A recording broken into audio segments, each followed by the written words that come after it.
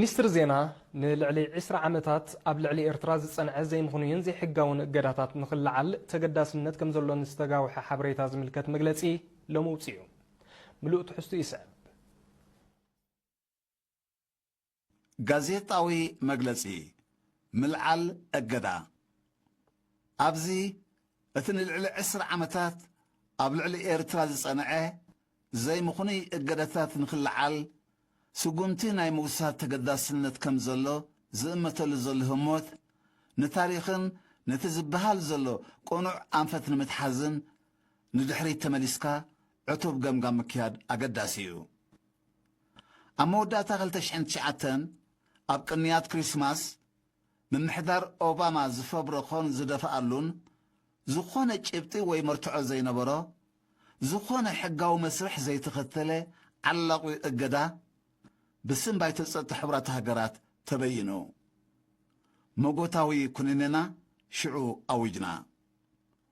እቲ ዘገርም ሽዑ ናይ ፌደሬሽን ሩስያ ወኪል ኣብ ኒውዮርክ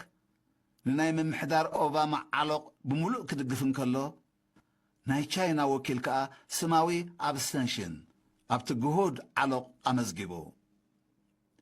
ድሕሪ ናይ 9 ዓመታት ኣዕናዊ ሳዕቤናት እቲ ዓላቑ እገዳ ኣብ 2018 እገዳ ይለዓል ኣሎ ምስ ተባህለ እውን ዋላ እኳ ዶንጊ ዝመፀ እወታዊ ስጉምቲ እንተነበረ የቐኒየልና ኣይበልናን ምእንቲ ሓቅን ፍትሕን ክረጋገጽ ብቐደሙ ስለምንታይ እገዳ ክምለሽ ኢና ጠሊብና ዛጊት ከዓ ኣይተመለሰን ንሸባብ ዝድግፍ ዝነበረን ዘሎን መን እዩ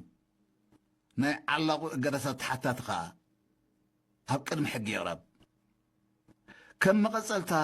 ዝንቡዕ ሕርያታት ምምሕዳር ባይደን ንኣመሉ ኣብ 2021 ዓላቑ ዘይሕጋዊ በይናዊ እገዳታት ወሲኑ ጭንቀትን ቅርሕንትን ዘበገሶ ዓለቑ እዩ ነይሩ ኣብ ሰዓቱ ከዓ ተኾኒኑን ተመኪቱን ኣብ ዝሓለፈ መዓልታት ምምሕዳር ባይደን ዝበየኖ ዓልቂ እገዳ ተላዒሉ እዩ ተባሂሉ ደጊምና ፍትሒ ይረጋገጽ ደግሲ ባይደናት ከይመላለስ ፍወሳ ዝንቡዕ ፖሊስታት ይገበር ኣብዚ ቅንያት እዚ እቲ ብሕቡራት መንግስታት ኣሜሪካ ዝተበየነ ዘይሕጋውን በይናውን እገዳታት ኣብ ቀረባ ግዜ ክለዓል እዩ ዝብል ጸብጸባት ኣሎ